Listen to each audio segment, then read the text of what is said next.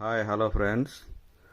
ఒకరోజు ప్రయాణం అయిపోతూ ఉంటే ఒక దగ్గర ఈ కోట కనపచ్చిందనమాట.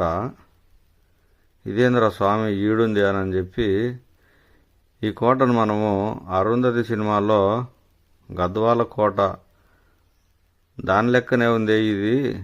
ఇది అదేనా లేకుంటే ఇది వేరేదా అని కనుక్కుందామని డిసైడ్ అయ్యి ఎంట్రన్స్లో లోపల పోవడానికి టికెట్ 20 రూపాయలు అనమాట. లోపలికైతే పోయి దీని చరిత్ర ఏందో కనుక్కోవాలని చెప్పి పోయినాము. పోతా ఉంటే వేడిగాళ్ళు ఉడగాలి కొడతా ఉంది, బాగా వేడి ఉంది.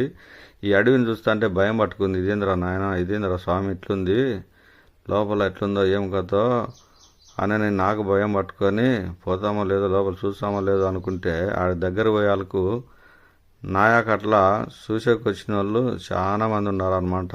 ఇదిగో చూడండి, వీళ్ళంతా టూరిస్టులు చూడటానికి వచ్చిన వాళ్ళు అనమాట.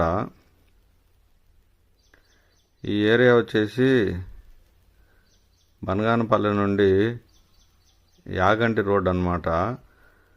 ఆ రైట్ సైడ్లో ఉంటుంది ఇది. నేను ఫస్ట్ టైం ఇక్కడికి పోవడము. అయితే బయట నుంచి చాలా అందంగా ఉంది.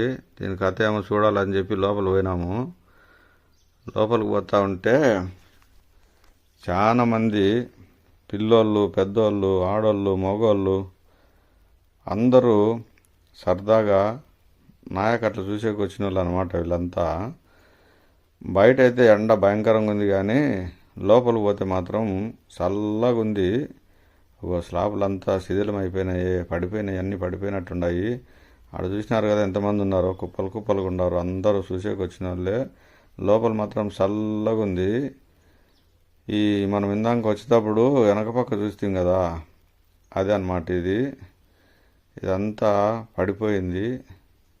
చాలామంది వచ్చినారు చూసేకి. ఇదంతా చూడండి, అంతా శిథిలం. ఎవరెవరి పైన కోతులు టికెట్ లేకుండా లోపలికి వచ్చినట్టున్నాయి కదబ్బా. లోపల చల్లగా ఉందని హాయిగా కూర్చుండేకి వచ్చినట్టున్నాయి. ఏడ చూసినా శిథిలం అయిపోయినాయి. మొత్తం స్లాబ్ అంతా కూలిపోయింది. బయట మాత్రం ఇంకా ఇప్పటికి కూడా చక్కగా రాయి మీద రాయి పెట్టి కట్టడం చూడండి ఎంత బాగుందో. ఈ కట్టడం వచ్చేసి బయట ఐస్ క్రీమ్ అమ్మేటాయనని అడిగినాను అనమాట.